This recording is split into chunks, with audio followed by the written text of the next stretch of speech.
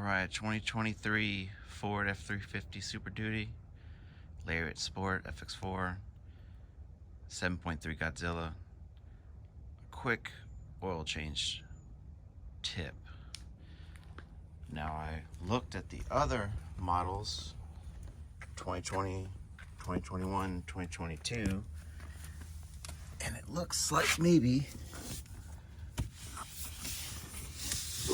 this kind of cooler down here is a little different. Maybe, but I saw some black piece underneath it. So for you guys want to do it yourself, get you one of these, some cardboard,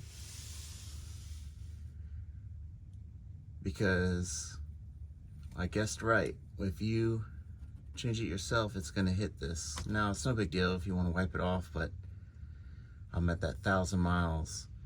I just want to get the so-called break-in or whatever that could be in the engine.